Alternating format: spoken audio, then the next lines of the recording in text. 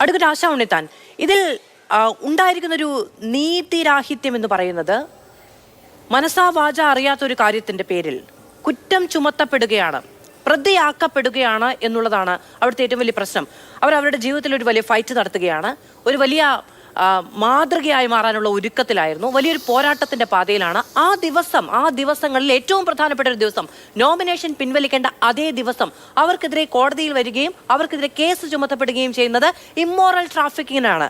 നമുക്കറിയാവുന്നതാണ്, നമ്മുടെ സിനിമകളിൽ, നമ്മുടെ ഈ അദ്ദേഹം നേരത്തെ പറഞ്ഞ പോലെ ഇടിക്കുറ്റി പോലെയുള്ള സായാഹ്ന പത്രങ്ങളിലൊക്കെ സ്ത്രീകൾക്കെതിരെ ഉപയോഗിക്കാൻ കഴിയുന്ന ഏറ്റവും ദയാദാക്ഷിണ്യമില്ലാത്ത, അവരെ ഇല്ലാതാക്കാൻ ഉപയോഗിക്കുന്ന ഒരു ടൂളായിരുന്നു ഇത് എന്ന് പറയുന്നത്. എന്തൊക്കെയാണ് നേരിടേണ്ടി വരുന്നത്? ഇപ്പോൾ നല്ലതു പറയേണ്ടതില്ല അല്ലെ, സഹായിക്കേണ്ടതില്ല, പക്ഷെ ഈ വിധം ക്രൂരമായി വേട്ടയാടാതിരിക്കാമല്ലോ. തീർച്ചയായിട്ടും ഇവിടെ ഞാൻ പല സമയത്ത് ശ്രദ്ധിച്ചിട്ടുണ്ട്, കോടതി എനിക്ക് പലപ്പോഴും സംസാരിക്കേണ്ടി വന്നിട്ടുണ്ട്. എതിർകക്ഷി സ്ത്രീ ആണെങ്കിൽ ഒന്നുകിൽ അവർക്ക് മാനസിക വൈകല്യമുണ്ട്, അല്ലെങ്കിൽ അവര് സ്വഭാവദൂഷ്യമുള്ള ഒരാളാണ്. ഇതാണ് സ്ഥിരമായിട്ട് സ്ത്രീകൾക്കെതിരെയുള്ള ഒരു എന്താ പറയുക ആരോപണം വെക്കാറുള്ളത്. അതേ രീതിയിലുള്ള ആരോപണം കൊണ്ടുവരാനാണ് ഇവിടെ ശ്രമിച്ചിട്ടുള്ളത്. അതായത് ഒരു വലിയ പ്രധാനപ്പെട്ടതെന്നൊക്കെ പറഞ്ഞാൽ പോരാ, ആക്ച്വലി ചരിത്രപരമായി തന്നെ വളരെ ഇമ്പോർട്ടന്റ് ഉള്ളതായിട്ടുള്ള കാര്യമാണ്. കാരണം ചരിത്രപരമായി ഹിസ്റ്റോറിക് തന്നെ ഒരു മൈൽ സ്റ്റോൺ ആവാൻ സാധ്യതയുണ്ട്. ഒരു ഇത്രയും സിനിമ ഇൻഡസ്ട്രിയുടെ അകത്തേക്ക് അതിന്റെ ഒരു വലിയ നിയന്ത്രണമുള്ള ഈ ഓർഗനൈസേഷന്റെ തലപ്പുറത്തേക്ക് മത്സരിക്കാനായിട്ട് ഒരു സ്ത്രീ മുന്നോട്ട് വരുന്ന ഒരു സാഹചര്യം കേരളത്തിൽ സംജാതമാകുന്നു. JK തോൽക്കുന്നതിന് അപ്പുറത്ത് ഒരു രാഷ്ട്രീയം മുന്നോട്ടേക്ക് വെക്കാൻ പറ്റുന്നു. ഇതുവഴി ഇതുവരെ ഉയർത്തിയിട്ടുള്ള എല്ലാ ഇത്തരം രാഷ്ട്രീയങ്ങളെയും ഐക്യവൽക്കരിക്കപ്പെട്ട ആളുകളുടെ എല്ലാ വിഷയങ്ങളെയും മെയിൻസ്ട്രീം ചെയ്യാൻ പറ്റുന്ന ഈ സമയത്ത് അവരെ ആക്ഷേപിക്കാൻ വേണ്ടിയിട്ട് ഒന്നുകിൽ അവർക്ക് മാനസിക രോഗം എന്ന് പറയണം, അല്ലെങ്കിൽ അവർക്ക് സ്വഭാവദൂഷ്യം എന്ന് പറയണം. അപ്പൊ അതുകൊണ്ടാണ് ഇങ്ങനെ ഒരു കൃത്യമായി തന്നെ ഒരു അജണ്ടയുടെ ഭാഗമായിട്ട് ഇങ്ങനെ ഒരു സംഗതി കൊണ്ടുവന്നത്.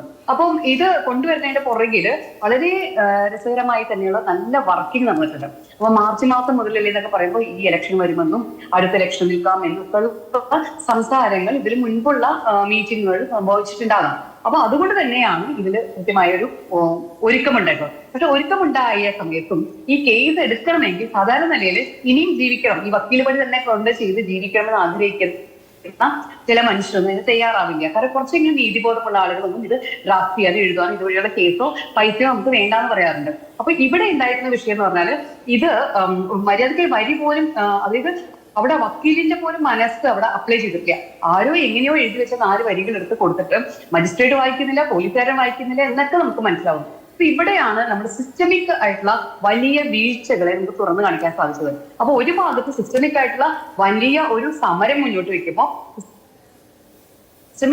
ആ സിസ്റ്റത്തെ തന്നെ മറ്റൊരു ഭാഗത്ത് ഉപയോഗിച്ചുകൊണ്ട് അതിനെ തകർക്കാൻ നോക്കുന്ന സമയത്ത്, കാരണം 4 പില്ലേഴ്സിൽ ഒരു പില്ലറാണ് നമ്മുടെ പ്രസ് അല്ലെങ്കിൽ മീഡിയ അല്ലെങ്കിൽ സിനിമ തുടങ്ങിയ സംഗതികൾ. അപ്പൊ ആ സ്പേസിലേക്ക് ഒരു സ്ത്രീ അല്ലെങ്കിൽ സ്ത്രീ രാഷ്ട്രീയം മുന്നോട്ട് വരുമ്പോൾ ഇപ്പുറത്ത് ജുഡീഷ്യറിയെ ഉപയോഗിച്ചുകൊണ്ട് ആ സ്ത്രീ രാഷ്ട്രീയത്തെ അല്ലെങ്കിൽ ആ വെക്കുന്ന നമ്മളുടെ ആ അരികൾക്കുള്ള ആളുകളുടെ പ്രശ്നങ്ങളെ മുന്നോട്ട് വെക്കാൻ ശ്രമിക്കുന്നതിന് തകർക്കാൻ ശ്രമിക്കുകയാണ്. അപ്പൊ ഇവിടെ ഇനിയും തിരുത്തപ്പെടാതെ കെടുക്കുന്നത് ജുഡീഷ്യറിയാണ്, ഇനിയും തിരുത്തപ്പെടാതെ കെടുക്കുന്നത് എക്സിക്യൂട്ടീവ് ആണ്, ഇനിയും തിരുത്തപ്പെടാതെ കെടുക്കുന്നത് ഇത്തരം കോട്ടയം കൊണ്ടുവരുന്ന ഈ ഫ്യൂഡൽ സ്പേസ് തന്നെയാണ്.